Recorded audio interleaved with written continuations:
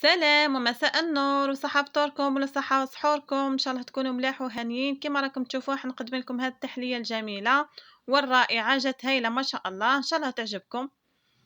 لأول مرة تحضر معايا نقولها مرحبا بك مرحبا وسهلا، وإذا عجبتك قناتي اشتركي وفعلي الجرس باش يوصلك كل ما هو جديد.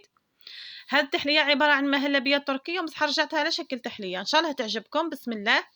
راح نبدا بالمكونات وندير لكم كلش، نقيس لكم بالملاعق. الملعقه الكبيره درت هنا 4 ملاعق كبار نتاع الفارينه، نغربلها ونزيد 2 ملاعق كبار نتاع النشا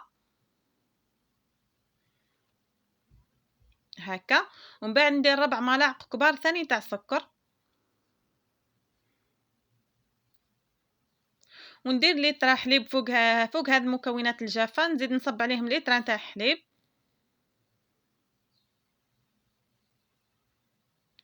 هكا، ومن بعد نحطوها فوق النار كيما تغلي خلاص تهز الغلوه وتختار، خلاص نحيوها من فوق النار. شوفوا معايا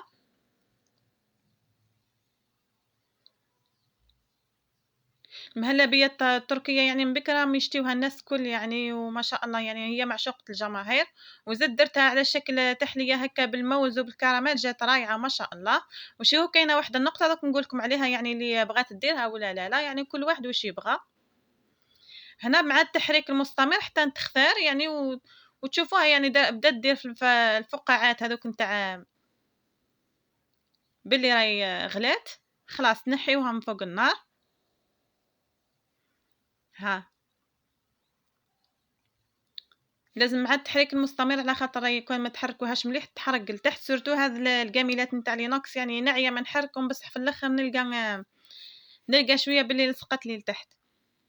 شوفوا نديرها هنا في هذا الاناء، وثم وهي سخونه بعد نزيد لها الكريم شانتيي، غبره الشانتيي مش الكريم شانتيي، نزيد لها غبره الشانتيي، ندير لها 4 مغارف كبار نتاع غبره الشانتيي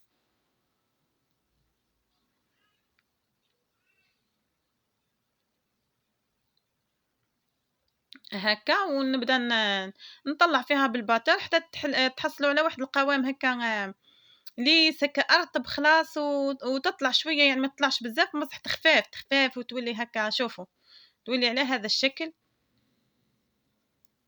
هي اصلا هكا وحدها راهي ما شاء الله، يعني تقدري ديرها هكا تحبسي خلاص يعني.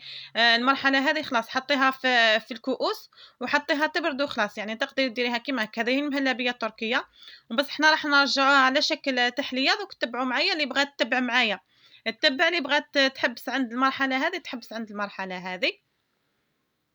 شفتوها كيفاه تترعد؟ شوفوا كيفاه روعه.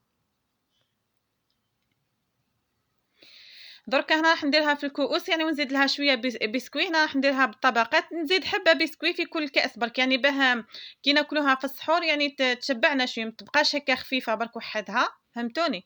يسمى كي تكون وحدها تكون خفيفه، بصح كي نزيدوا معاها هكا بسكوي ولا نزيدوا معاها بنان ولا حاجه يعني تولي حاجه تشبع، يعني تولي تشبع هكا وتولي اثقل من كي تكون وحدها. المهم يعني انا زدت لها الخطوه هذه، نتوما كيما تحبوا. قلت لكم درت طبقه نتاع الاخر الكريمه، ومن بعد بسكوي، ومن بعد طبقه اخرى تاع الكريمه، نديرهم كامل كؤوس كامل كيما هكا، ومن بعد نروحوا نحضروا مع بعضنا الكراميل. ودوك تشوفوا معايا كيف راح نديروا الكراميل هذاك. دوك نكملهم كامل، درت لكم بالعاني زوج برك هكا، ومن بعد نكملهم بكل بنفس الطريقه. وهذا الكميه راهي كبيره بزاف، يعني الكميه هذه تاع لتر حليب دير لك خير ربي اذا كنتوا عائله كبيره، يعني دير لكم العائله كامله. شوفوا درت لي 6 كؤوس هذوك، وزدت هذاك الصحنه الصغيره هذيك.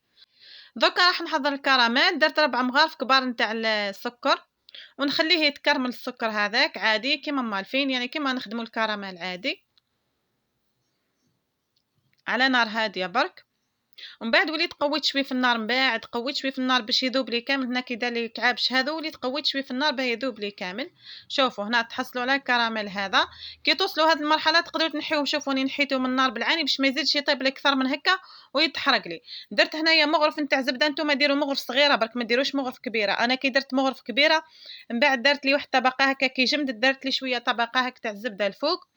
مالا نتوما ديروا مغرف صغيره برك، يعني على جال انا ندير الزبده هكا مع الاول باه كي نضيف الماء ولا حليب ولا اي حاجه ما يطلعش الكراميل ويدير، يعني كما نقولوا حنا يفشفش هكا، فهمتوني؟ على هذاك نزيد هذيك الزبدة هذيك، ديروا مغرف صغيرة برك ما ديروش كيما أنا، ودرت 6 ملاعق كبار نتاع الماء ونخليه يغلي حتى يختار. شوفوا قبل ما يختار راح نزيد هنايا البنان، درت حبة برك وحدة نتاع بنان. شوفوا في المرحلة هذه اللي قلت لكم عليها، اللي مالفة طيب البنان في الكراميل ويعجبها لوغو نتاعو، دير هذه المرحلة هكا، يعني على خاطر يختلف الكو تاعو يولي ماهوش كيما مالفة، باه يكون في علمكم يعني باش ما تقولوش جاتنا مش بنينه، ولا خاطر كاين اللي مالفين بلوغو هكا يطيبوه في وسط الكراميل ومالفين به وياكلوه عادي، كاين اللي ماهوش مالفين به كي ياكلوه هكا مع الكراميل يجيهم مختلف بزاف ويجيهم ماهوش بنين.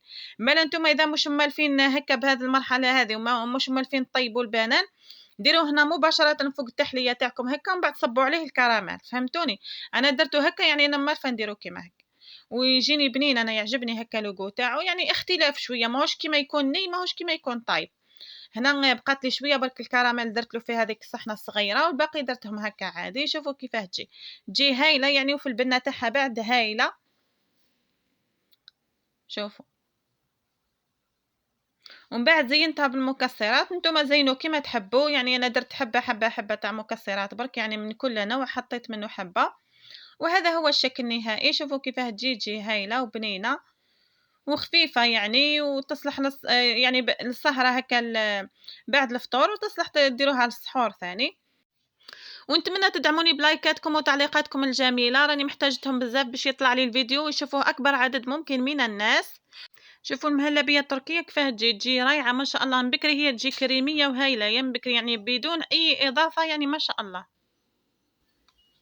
قلت لكم ادعموني بلايكاتكم وتعليقاتكم، وقولوا لي يعني اذا جربتوا اي حاجه سيتوا اي وصفه قولوا لي بلي سيتوها، واذا نجحت لكم ولا لا. ان شاء الله ينجحوا لكم كامل، راهم وصفات ناجحه. والسلام عليكم ورحمه الله.